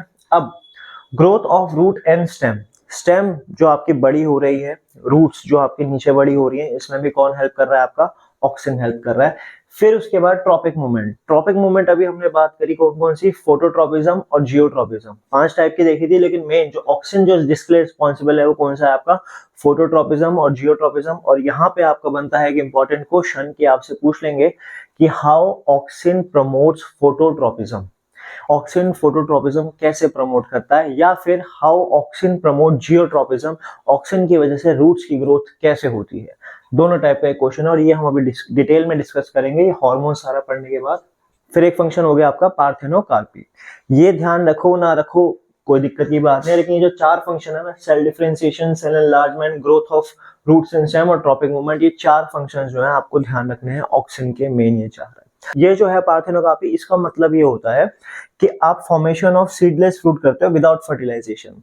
इसमें क्या होता है, बेसिकली जो ओव्यूल होता है, ओव्यूल फ्लावर का जो आपका ओव्यूल होता है, उसको ट्रीट करते हैं ऑक्सीजन हार्मोन्स के साथ और 2-3 और सब्सटेंस के साथ। तो ऑक्सीजन हो गया क्लियर, आगे बढ़े जिबरेलिन्स पे, ठीक है। बात करते हैं जिबरेलिन्स की। जिबरेलिन्स को एब्रिविएट करते हैं GA से। इसके फंक्शंस क्या क्या हैं, तो फंक्शंस है पहला इसका सेल एनलार्जमेंट और डिफरेंशिएशन, ये भी प्रमोट करेगा लेकिन in the presence of oxygen. देखो यहाँ पे ऑक्सीजन का काम था सेल डिफरेंशिएशन एनलार्जमेंट का, ये भी वही काम कर रहा है but in the support of auxins. Second, और ये इसका मेन फंक्शन है क्या, break the dormancy in seeds and bud. अब ये डॉर्मेसी का क्या मतलब है, क्या मतलब होता है डॉर्मेंट होने का या डॉर्मेसी को ब्रेक करने का। डॉर्मेंट का मतलब होता है इनएक्टिव, जैसे कि आपने सुना होगा ना डॉर्मेंट वोल्केनो या स्लीपिंग वोल्केनो, ठीक है, एक्टिव वोल्केनो। तो डॉर्मेंट का मतलब क्या है कि वो बंद है, अभी इनएक्टिव है वो आपका, ठीक है। सिमिलरली जो आपका सीड होता है वो आपका पूरा बंद होता है, अभी उसके अंदर से प्लांट निकला तो नहीं है, अभी वो इनएक्टिव कंडीशन में, यानी वो क्या है आपका डॉर्मेंट है। तो वो डॉर्मेसी को जो ब्रेक कर रहा है, यानी उसके डॉर्मेंट नेचर को, इनएक्टिव नेचर को जो एक्टिव बना के उसमें से क्या निकाल रहा है, सैपलिंग निकाल रहा है, जर्मिनेट करवा रहा है, वो चीज क्या है, ब्रेकिंग द डॉर्मेसी।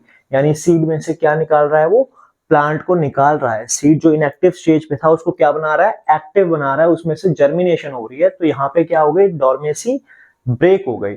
तो इसमें कौन हेल्प कर रहा है, breaking the dormancy in the seeds and birds. अब बर्ड में से भी फ्लावर निकलता है, तो बर्ड की भी डॉर्मेंसी कौन ब्रेक कर रहा है आपका, ये जिबरेलिन्स। क्लियर है, ये इसका मेन फंक्शन है। देन उसके बाद फ्रूट ग्रोथ में ये भी हेल्प करता है। अच्छा, फ्रूट ग्रोथ में ऑक्सीजन भी हेल्प कर रहा था, चाहो तो यहाँ पे लिख लेना, ठीक है।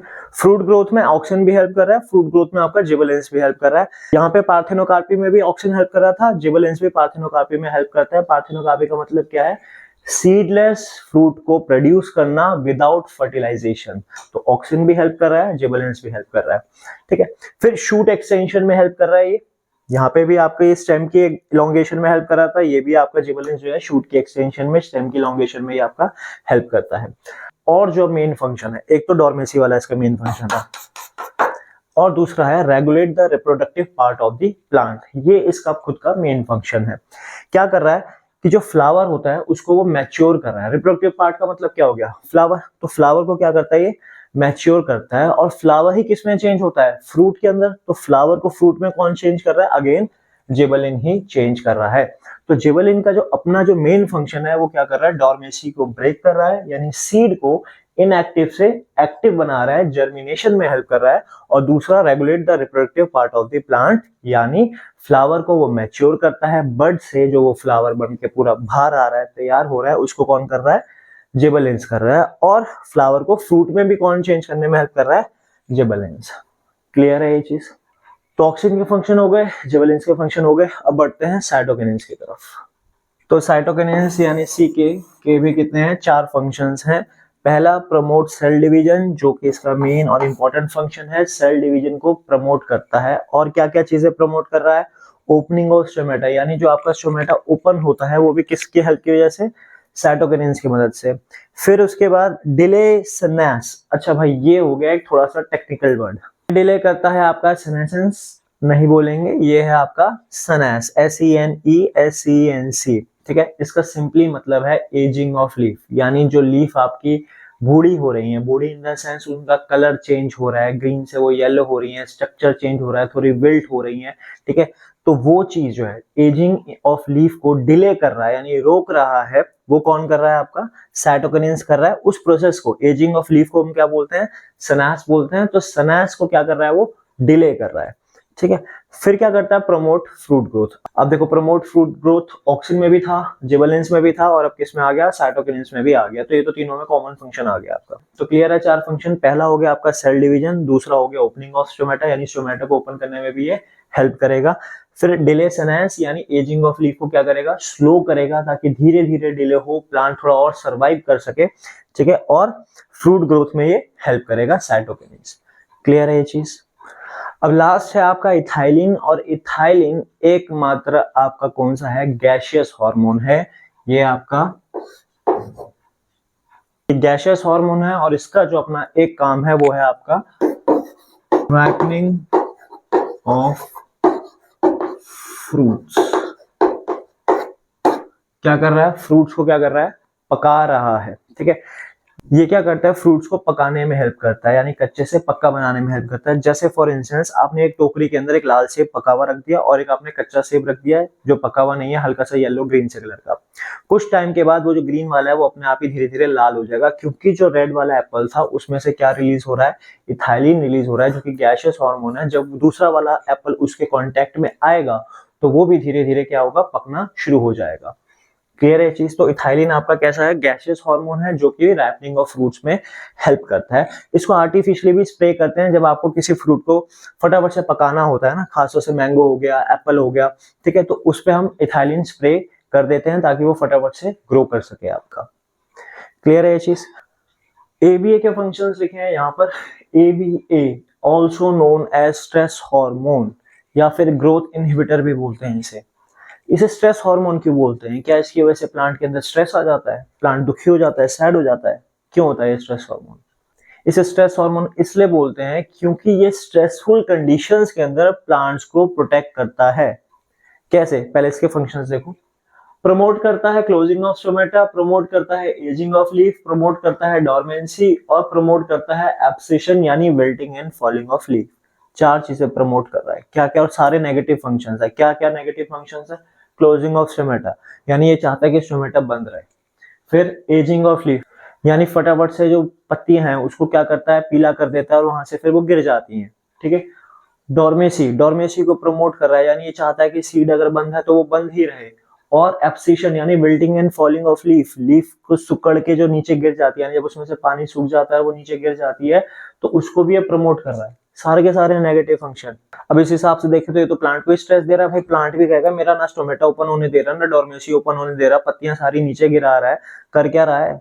तो कर ये रहा है कि ये सारी चीजें, अब पर्सपेक्टिव चेंज करके देखो, ये सारी चीजें स्ट्रेसफुल कंडीशन में कर रहा है। जैसे फॉर एग्जांपल कि मान लो अगर आपका स्टोमेटा ओपन कर दिया, साइटोकिन्सिस ने क्या किया था, स्टोमेटा को क्या कर दिया, ओपन कर दिया, और वो ओपन का ओपन ही रह गया, तो क्या होगा? एक्सेस लॉस ऑफ वाटर हो जाएगा। और जब एक्सेस लॉस ऑफ वाटर हो जाएगा तो प्लांट क्या हो जाएगा? डिहाइड्रेट हो जाएगा, पत्तियां सूखने लग जाएंगी।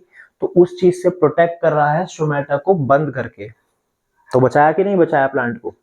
ठीक है। फिर प्रमोट करता है एजिंग ऑफ लीफ और एब्सेशन। ये दोनों साथ में समझ लेते हैं। ये प्लांट ग्रो कर रहा है, उसकी लीव्स ग्रो कर रही हैं, फ्रूट आ रहा है। जब पुरानी लीव्स, पुराने फ्रूट वगैरह नीचे गिरेंगे तभी तो नए आएंगे। अगर वो पुराने के पुराने ही उस पर लगे रहे तो क्या उसके अंदर ग्रोथ हो पाएगी? क्या नई लीव्स आ पाएंगी? वो तो बल्कि और बूढ़ा होता चला जाएगा और बेकार होता जाएगा। उसमें जितने भी एक्सक्रीटरी मटेरियल है, सारा वेस्ट मटेरियल उसमें और इकट्ठा होता चला जाएगा। जब नए पुरानी लीव्स गिरती हैं, पुराने फ्रूट्स गिरते हैं, तभी तो नए आएंगे, नए को जगह मिलेंगी। तो ये वो कर रहा है, एजिंग ऑफ लीफ कर रहा है, और उसको फिर गिराने में, विल्टिंग एंड फॉलिंग में हेल्प कर रहा है। विल्टिंग एंड फॉलिंग को क्या बोलते हैं? एब्सेशन बोलते हैं। तो उनको पत्तियों को गिराने में, फ्रूट को डीअटैच करने में, फ्लावर को डीअटैच करने में कौन हेल्प कर रहा है? आपका एबीए हेल्प कर रहा है।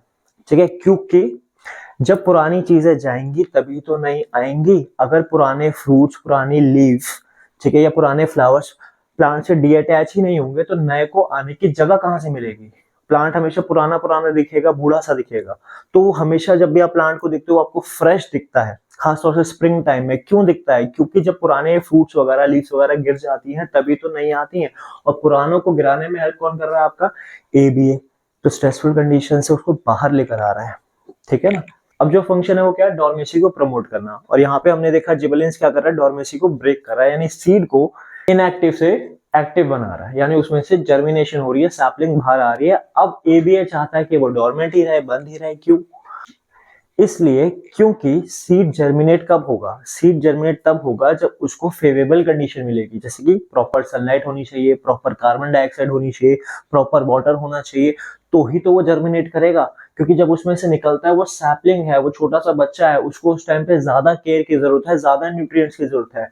और उसके आसपास मान लो अगर ये फेवरेबल कंडीशन नहीं है और वो फिर भी डोरमेसी ब्रेक होके उसमें से बाहर आ जाता है, तो क्या वो सरवाइव कर पाएगा? नहीं कर पाएगा, वो खत्म हो जाएगा आपका। इसलिए एबीए क्या कर रहा है? डोरमेसी को प्रमोट कर रहा है। कौन सी कंडीशन में? स्ट्रेसफुल कंडीशन में, वो अनफेवरेबल कंडीशंस में जो उस सीड के लिए सही नहीं है। तो जैसे ही उसको फेवरेबल कंडीशन मिलेगी, डोरमेसी उसकी ब्रेक हो जाएगी। तब तक एबीए जो है उसको क्या कर रहा है? डोरमेंट रख रहा है। वो चाहता है कि वो सरवाइव कर सके। यानी एक तरह से देखा जाए तो एबीए तो यहाँ पे सारा सुपर हीरो का काम कर रहा है। वो तो प्लांट को बचा रहा है स्ट्रेसफुल कंडीशन से, स्ट्रेस नहीं क्रिएट कर रहा है। ये सारे नेगेटिव दिखने में सारे नेगेटिव फंक्शंस है, लेकिन एक्चुअल में क्या कर रहा है? ये नेगेटिव फंक्शंस करके प्लांट को बचा रहा है उसकी स्ट्रेसफुल कंडीशन से। तो यहां से क्वेश्चन आ जाता है जो कि लास्ट में हम डिस्कस करेंगे, क्योंकि जब हम एनिमल का भी पढ़ लेंगे ना तब ये ज्यादा वैलिड है। तो क्वेश्चन ये आता है कि name the plant and animal stress hormone, यानी प्लांट और एनिमल में स्ट्रेस हार्मोन कौन सा है। तो प्लांट के अंदर स्ट्रेस हार्मोन कौन सा है, एबीए यानी एबिस्कस एसिड, और एनिमल में कौन सा है वो हम आगे पढ़ेंगे, वो है आपका एड्रेनालिन। ठीक है, ये स्ट्रेसफुल कंडीशन में काम करता है, प्लांट को स्ट्रेसफुल कंडीशन से प्रोटेक्ट करता है। ठीक है, इसलिए ये स्ट्रेस हार्मोन है। फिर उसके फंक्शंस आप बता दोगे, जैसे क्लोजिंग ऑफ स्टोमेटा ताकि एक्सेस लॉस ऑफ वाटर ना हो, एजिंग ऑफ लीफ और एब्सेशन ताकि न्यू लीव्स और न्यू फ्रूट्स आ सके, और डॉर्मेसी को प्रमोट करता है ताकि अनफेवरेबल कंडीशन में जो सीड है, जो अंदर का सैपलिंग है, वो प्रोटेक्टेड रहे। क्लियर है ये चीज, सारे फंक्शंस क्लियर है। तो हमने 5 हार्मोन्स देख लिए, एक हो गया ऑक्सिन, एक हो गया जिबरेलिन्स, साइटोकिनिन्स, एबिस्कस एसिड और इथाइलिन। अच्छा, इसका जो नाम है ना एबिस्कस एसिड, ये इसी से आया है, मेन एब्सिशन से, क्योंकि इसका जो मेन काम है वो डीअटैच करना है। ठीक, तो इसी से इसका मेन नाम आया एब्सिसिक एसिड। ठीक है, एबीए। मेन जो हमने हार्मोन्स पढ़ने थे प्लांट्स के अंदर वो ये 5 थे, इसके अलावा आपको नहीं पढ़ने हैं कोई भी, ना इसके अलावा कोई फंक्शंस देखने की जरूरत है, लेकिन ना इससे कम भी देखने की जरूरत है। तो आपको इन सब में जितने भी आपने हार्मोन्स पढ़े, इन सब का एक एक मेन फंक्शंस आपको ध्यान रखना है एमसीक्यू के हिसाब से। जैसे कि ऑक्सिन के अंदर जो आपको ध्यान रखना है वो है आपकी सेल एनलार्जमेंट और ट्रॉपिक मूवमेंट, यानी वो जियोट्रॉपिज्म और फोटोट्रॉपिज्म में हेल्प कर रहा है, सेल एनलार्जमेंट में हेल्प कर रहा है कौन, ऑक्सिन। गिबरेलिन्स का जो मेन ध्यान रखना है वो है ब्रेकिंग द डॉर्मेसी, डॉर्मेसी को ब्रेक करने में हेल्प कर रहा है, और regulate reproductive parts of the plant, यानी फ्लावर को मैच्योर करने में हेल्प कर रहा है और फ्लावर को फ्रूट में चेंज करने में हेल्प कर रहा है। तो ये आपको फंक्शन इसका ध्यान रखना है। साइटोकिनिन्स का जो मेन फंक्शन ध्यान रखना है वो है सेल डिवीजन। ठीक है, सेल डिवीजन मेन ध्यान रखना है आपको। एबीए का जो मेन फंक्शन आपको ध्यान रखना है वो आपका एब्सिशन, और जितने भी ऑप्शंस के अंदर मान लो इसके अलावा कोई और नेगेटिव फंक्शन आ जाए, जितने भी नेगेटिव फंक्शंस आप देखो वो सारे किसके खाते में डाल दो, एबीए के खाते में डाल दो, क्योंकि वो नेगेटिव फंक्शंस करके प्लांट को बचाता है। ग्रोथ इनहिबिटर है वो आपका, स्ट्रेस हार्मोन है आपका। ठीक है, तो जितने भी नेगेटिव फंक्शंस हैं सारे किसमें डाल दो, एबीए के अंदर डालो। और गैसियस हार्मोन कौन सा हो गया आपका, इथाइलिन हो गया। ये मैं इसलिए बोल रहा हूँ कि एक एक मेन फंक्शन ध्यान रखने के लिए, क्योंकि अगर आप देखो तो कुछ ऐसे फंक्शंस हैं जो ऑक्सिन, गिबरेलिन, साइटोकिनिन सब में सेम है। अब एमसीक्यू में अगर आएंगे तो एमसीक्यू में जो क्वेश्चंस आते हैं वो इस हिसाब से देखते हैं, जो मेन फंक्शन होता है उनका वो देते हैं। मेन फंक्शन इसलिए बोल रहा हूँ क्योंकि एमसीक्यूज में इंपॉर्टेंट है। कुछ ऐसे फंक्शंस हैं इनमें कि जो ऑक्सिन भी कर रहा है, गिबरेलिन्स भी कर रहा है और साइटोकिनिन भी कर रहा है, जैसे कि हो गया फ्रूट ग्रोथ या फिर शूट की एक्सटेंशन। ये गिबरेलिन्स भी कर रहा है, ऑक्सिन भी कर रहा है और साइटोकिनिन्स भी करता है। लेकिन एमसीक्यू जब आते हैं तो एमसीक्यू के अंदर आपको वो मार्क करना है जो कि उसका मेन फंक्शन है। इसीलिए ध्यान रखो, साइटोकिनिन्स का मेन फंक्शन क्या हो गया, सेल डिवीजन हो गया। ऑक्सिन का मेन फंक्शन क्या हो गया, सेल एनलार्जमेंट और ट्रॉपिज्म हो गया। गिबरेलिन्स का मेन फंक्शन क्या हो गया, डॉर्मेसी ब्रेक करना हो गया। एबीए का मेन फंक्शन आपका क्या हो गया, ये सारे जितने भी नेगेटिव फंक्शन देखो सब किसमें, एबीए के अंदर। और इथाइलिन का मेन फंक्शन क्या हो गया, राइपनिंग ऑफ फ्रूट। इनमें से कुछ हार्मोन्स ऐसे हैं जो हम आर्टिफिशियली भी डालते हैं, जैसे ऑक्सिन का मैंने बताया। अगर आपको किसी प्लांट को छोटे से बड़ा करना है, फटाफट से ग्रो करवाना है, तो हम क्या कर देंगे, उस पर ऑक्सिन स्प्रे कर देंगे। अगर मान लो किसी फ्रूट को, ठीक है, साइज उसका फटाफट से इंक्रीज करना है, छोटे से फ्रूट से आपको उसको बड़ा साइज इंक्रीज करना है, तो उस पर आप जिबरेलिन्स जो है वो आप स्प्रे कर देते हो। ठीक है, फिर मान लेते हैं कि आपको उसको रॉ से राइप करना है, यानी कच्चे से आपको उसको क्या करना है, पकाना है, फ्रूट को पूरा पक्का करना है, तो उस पर क्या स्प्रे कर देंगे, इथाइलिन स्प्रे कर देंगे। तो ये हार्मोन जो है हम ये आर्टिफिशियली भी डालते हैं फटाफट से उसकी ग्रोथ को एनहेंस करने के लिए। एक आपने देखा होगा मार्केट में आते हैं, वाटरमेलन हो गया या फिर आपका कुकुम्बर हो गया या फिर आपका लौकी हो गया, बॉटल गार्ड हो गया, उनका साइज बहुत ही बड़ा होता है। ठीक है, इतने बड़े बड़े आपके, वो पंपकिन हो गया, उसका भी साइज नॉर्मल से ज्यादा बड़ा आजकल आता है, खासतौर से कुकुम्बर में देखा होगा नॉर्मल से ज्यादा बड़ा साइज आता है। तो ऐसा क्यों होता है, तो उनके अंदर भी क्या डालते हैं, ऑक्सीटोसिन। उसके अंदर जो हार्मोन डालते हैं वो ऑक्सीटोसिन डालते हैं, जिसकी वजह से उनकी जो ग्रोथ है वो एकदम से बढ़ जाती है, साइज इंक्रीज हो जाता है। तो ये हार्मोन जो है आप आर्टिफिशियली भी इंजेक्ट कर सकते हो, आर्टिफिशियली भी स्प्रे कर सकते हो इंक्रीज करने के लिए, ठीक है, उनकी ग्रोथ को। नेचुरली ये सारे हार्मोन्स हैं और भी, लेकिन आपको पढ़ने हैं बस ये 5 और इतने ही फंक्शंस आपको देखने हैं, ना ही इससे ज्यादा ना ही इससे कम। लेकिन ये जो हो गए हैं ये अच्छे से याद होने चाहिए सारे के सारे फंक्शंस, और मुझे नहीं लगता अब आपको कोई डाउट रहा होगा। क्लियर है ये चीज? एक बार इन सबका स्क्रीनशॉट ले लो और अपने नोट्स में ऐड करते जाओ। इसके अलावा मैं कह रहा हूं पढ़ने की जरूरत नहीं पड़ेगी कहीं से भी, किसी बुक से भी, सारे फंक्शन सारी चीजें इसमें कवर हो गई हैं आपकी। क्लियर है ये चीज? आगे बढ़े। अब हम देखेंगे मेन ऑक्सिन का काम। ऑक्सिन जो है किस तरीके से जियोट्रॉपिज्म और फोटोट्रॉपिज्म शो करता है, और इसमें से क्वेश्चन भी आता है आपका कि हाउ ऑक्सिन प्रमोट फोटोट्रॉपिज्म।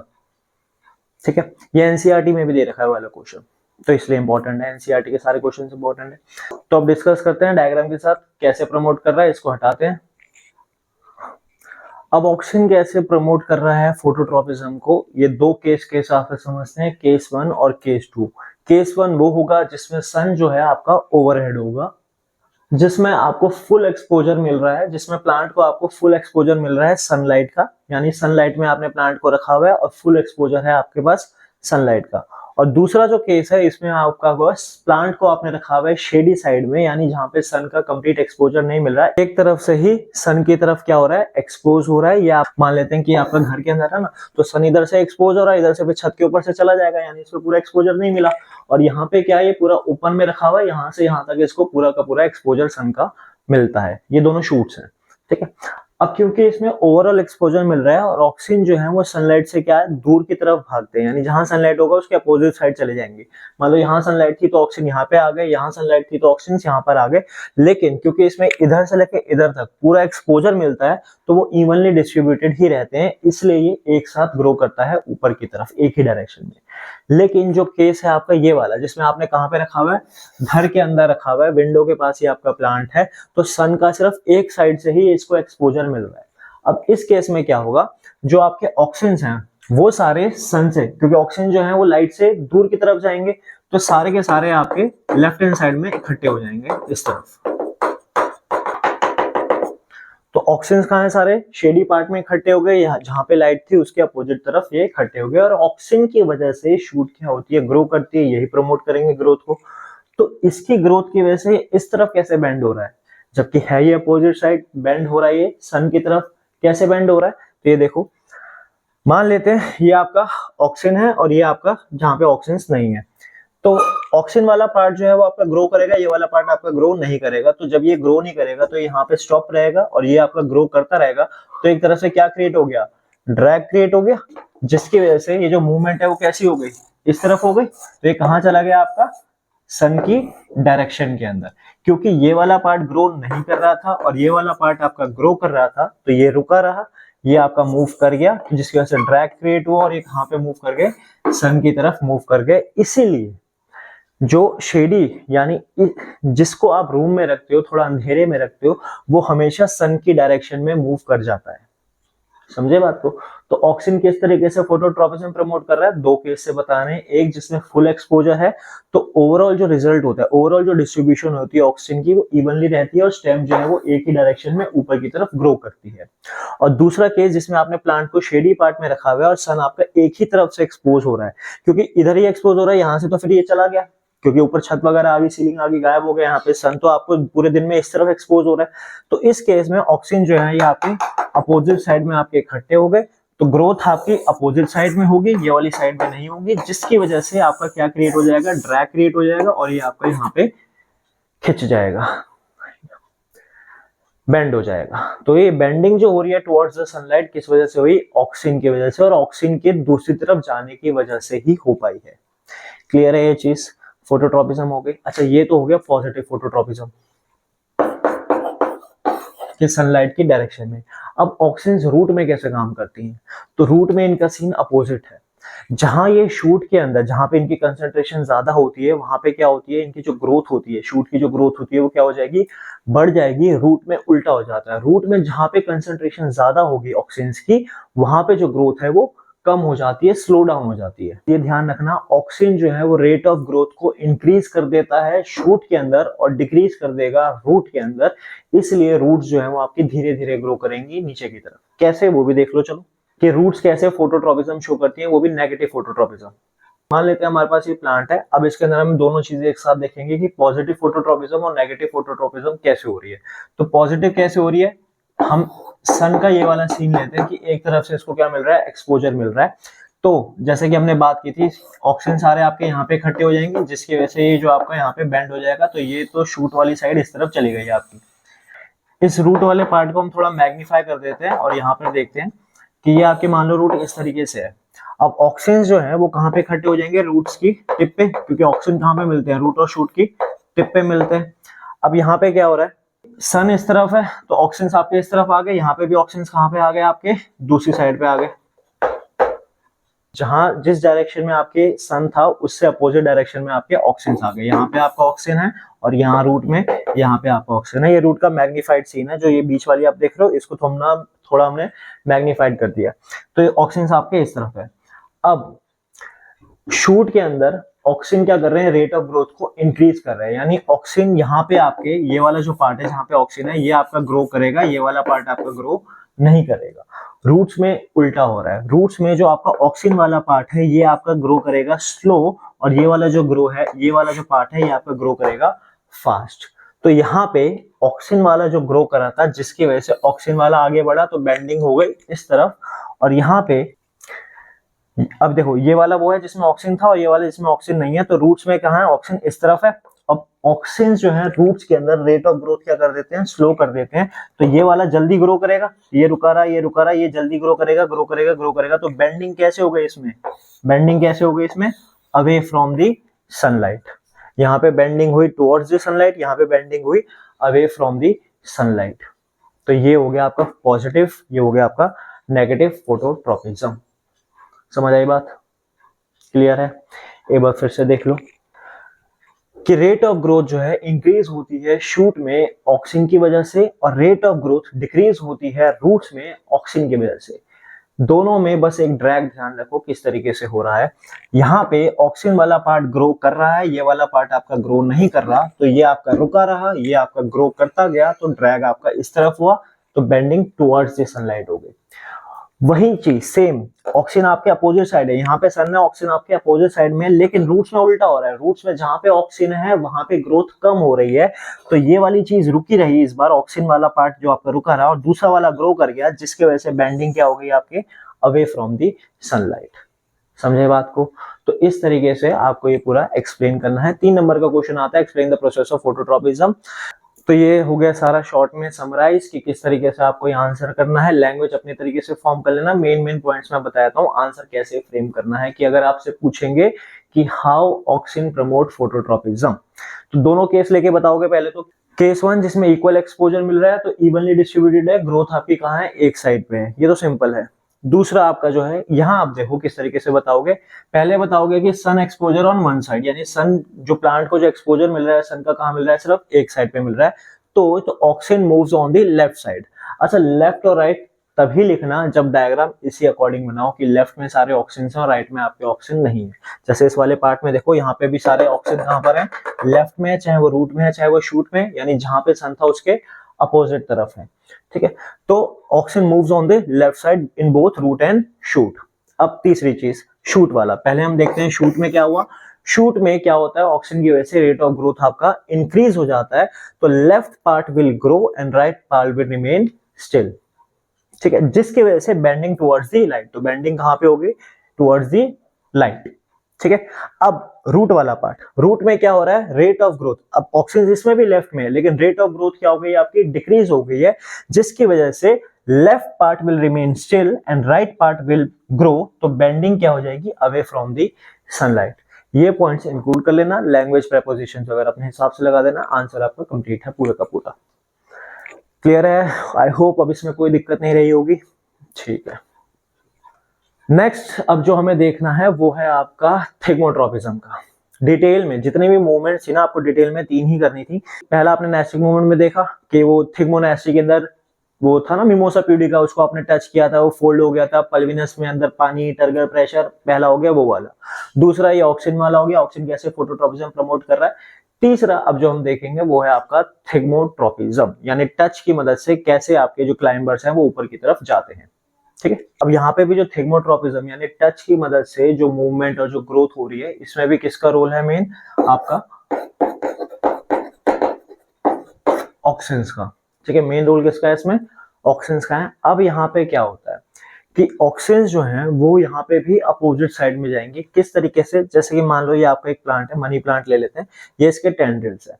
जितने भी क्लाइंबर्स हैं, चाहे वो आपकी ग्रेप वाइन है, चाहे वो आपका कुकुम्बर है, चाहे वो आपका बॉटल गार्ड है, चाहे वो बिटर गार्ड है, करेला, घिया, लौकी, ठीक है, ये चाहे कुछ भी है, ये सारे प्लांट्स जो क्लाइम कर पाते हैं किस वजह से कर पाते हैं? टेंड्रिल्स। इनको हम क्या बोलते हैं? टेंड्रिल्स। और इन्हीं टेंड्रिल्स की मदद से ही ये जो है इसके ऊपर ग्रो कर पाते हैं। किस तरीके से? अब ये देखो और समझो। इसको अगेन हम कर देते हैं जूम, यानी एक को मैं कैसे लेके चलूंगा, इसको हमने जूम कर दिया। अब यहाँ पे आप देखो कि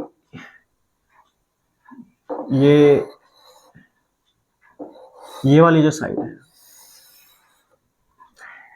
ये इस पे ऐसे घूम के जा रही है, फिर ये ऐसे जाएगी और फिर ये इस तरीके से जाएगी। तो अब इसी एक पर्टिकुलर साइड को देखो, यहाँ पे क्या हो रहा है, जो ऑक्सिन होते हैं, ये वाली जो साइड है ये क्या है? टच के पास है।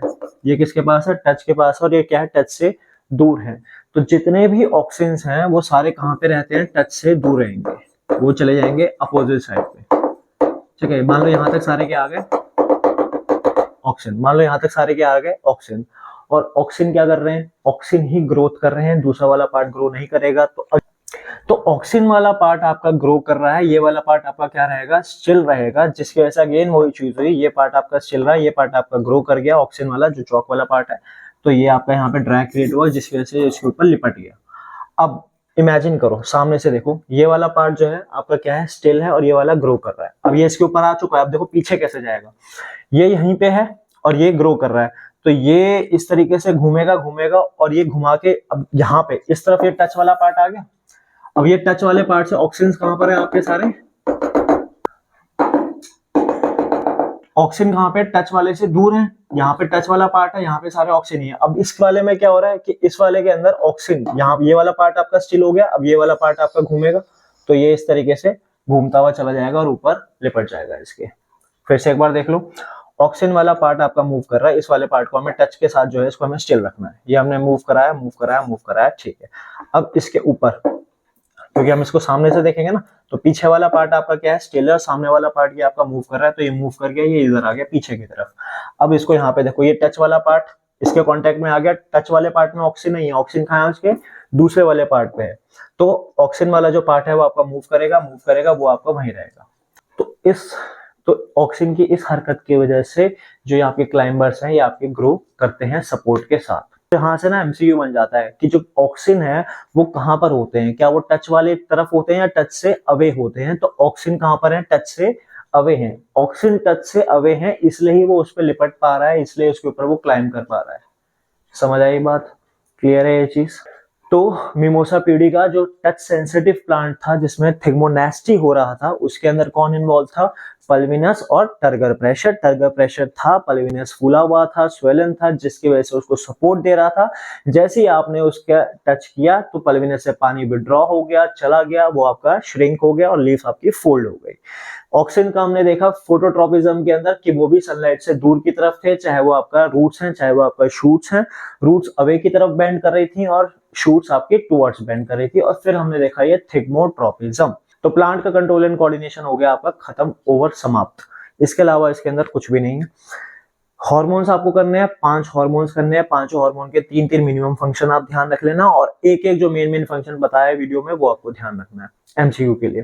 दूसरा ट्रॉपिक मूवमेंट, ट्रॉपिक और नेस्टिक में डिफरेंस आपको ध्यान रखने हैं। ट्रॉपिक मूवमेंट्स कितने टाइप की हैं, वो सारी मूवमेंट्स, उनकी डेफिनेशन, उनके एग्जांपल, कौन उनका स्टिमुलस है, ये आपको ध्यान रखना है।